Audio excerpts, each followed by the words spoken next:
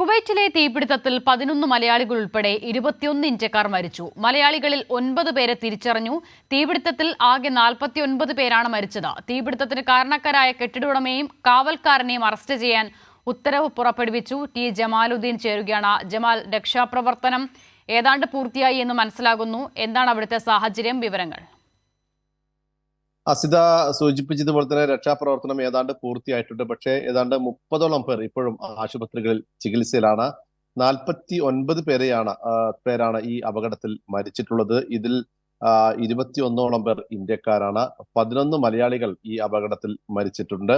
21 പേരുടെയും ഈ അപകടത്തിൽ 21 പേരെ കാണാതായതായി ഈ കമ്പനിയുടെ HR അറിയിച്ചിട്ടുണ്ട്. അവരുടെ ലിസ്റ്റ് നമ്മുടെ കയ്യിൽ. പക്ഷേ ആ 21 പേരിൽ 15ഓളം പേർ മലയാളികളുണ്ട്. പക്ഷെ അത് ഏതൊക്കെ ആളുകൾ മരിച്ചു എന്ന് ഇപ്പോൾ കൃത്യമായി പറയാനായില്ല. പക്ഷെ 9 പേരുടെ പേരുവിവരങ്ങൾ ഇപ്പോൾ കൃത്യമായി ലഭിച്ചിട്ടുണ്ട്. തൃക്കരിപ്പൂർ ഇളബച്ചി സ്വദേശി കേളു പൊന്മലേരി, കാസർഗോഡ് ചെർക്കള കുണ്ടടക്കം സ്വദേശി രഞ്ജിത്ത്, പാമ്പാടി സ്വദേശി സ്റ്റീഫൻ എബ്രഹാം സാബു, പന്തളം മുടിയൂർക്കോണം സ്വദേശി ആകാശ് S നായർ,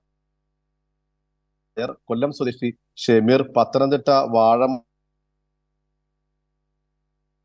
വെളിച്ചിക്കാല വടകോട്ടുവിളയിൽ ലൂക്കോസ് എന്ന സാബു, സാജൻ ജോർജ്, കോന്നി അട്ടച്ചാക്കൽ സ്വദേശി ചെന്നിശ്ശേരിയിൽ സജു വർഗീസ്, ഇങ്ങനെ 9 പേരെയാണ് ഇപ്പോൾ മരിച്ചതായി.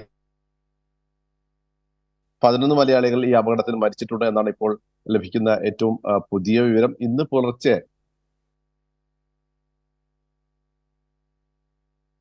ശരി, ടി ജമാലുദ്ദീനാണ് വിവരങ്ങൾ നൽകുന്നത്. കുവൈറ്റിലെ ലേബർ ക്യാമ്പിൽ ഉണ്ടായ അപകടത്തിലാണ് 49 മരണം സ്ഥിരീകരിച്ചിരിക്കുന്നത്. അതിൽ 11 പേർ മലയാളികൾ, 9 പേരെ തിരിച്ചറിഞ്ഞിട്ടുണ്ട്. രക്ഷാപ്രവർത്തനം ഏതാണ്ട് പൂർത്തിയായിരിക്കുന്നു. ഗ്യാസ് ലീക്കായി പൊട്ടിത്തെറിച്ചതാണ് അപകട കാരണമെന്നാണ് ഇപ്പോൾ പുറത്തുവരുന്ന വിവരം. ഈ കെട്ടിടത്തിന്റെ ഉടമയെയും കാവൽക്കാരനെതിരെയും നിയമ നടപടി സ്വീകരിക്കാൻ ഇപ്പോൾ അധികൃതർ നിർദ്ദേശം നൽകുകയും ചെയ്തിട്ടുണ്ട്.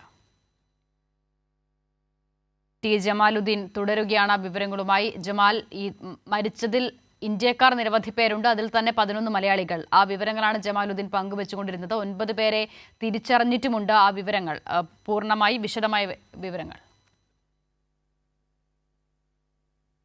അസിത,